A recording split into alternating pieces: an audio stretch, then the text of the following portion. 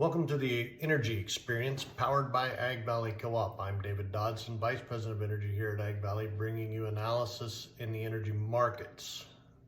Today is Wednesday, May 13th.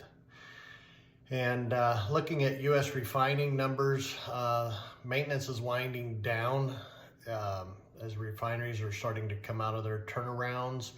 And you can tell this by the utilization rates jumping nearly 2%, coming in at 91.7% utilization rate of all refineries in the U.S.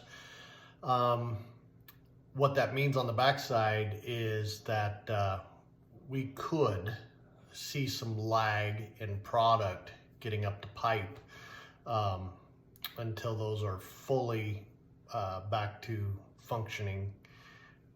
Coming off this turnaround, spot outages here or there.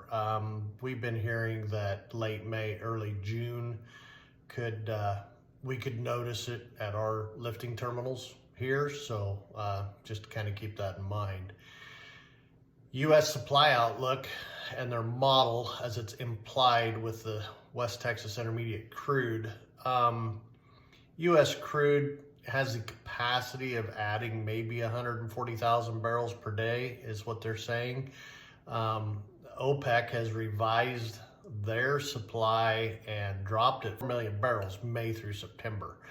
The best case scenario that they're looking at for the Strait of Hormuz is reopening in early June. But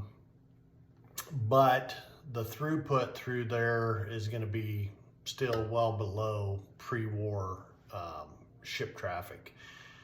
So with that all being said, through the second quarter 2026, they anticipate WTI is going to average around $106 a barrel. So the SPR has, the Strategic Petroleum Reserve, has released the first cargoes headed to Turkey. The first one was a Greek flagged ship that's got 680,000 barrels of sweet crude that was loaded in April and expected to arrive in the next week or so in Turkey.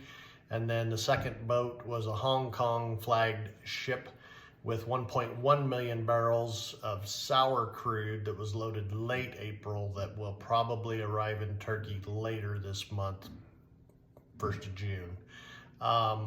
Other cargoes that have been loaded from the SPR have already arrived in Italy and in the Netherlands.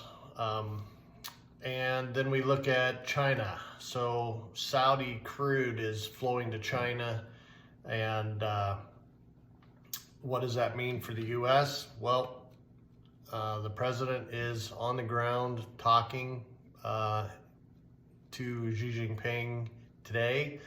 So right now, you know, the China demand on West Texas crude is pretty bearish, but geopolitics may change the rules of the game. So currently at about 12:15 noon, we are looking at crude oil trading down 22.5 cents at 101.96.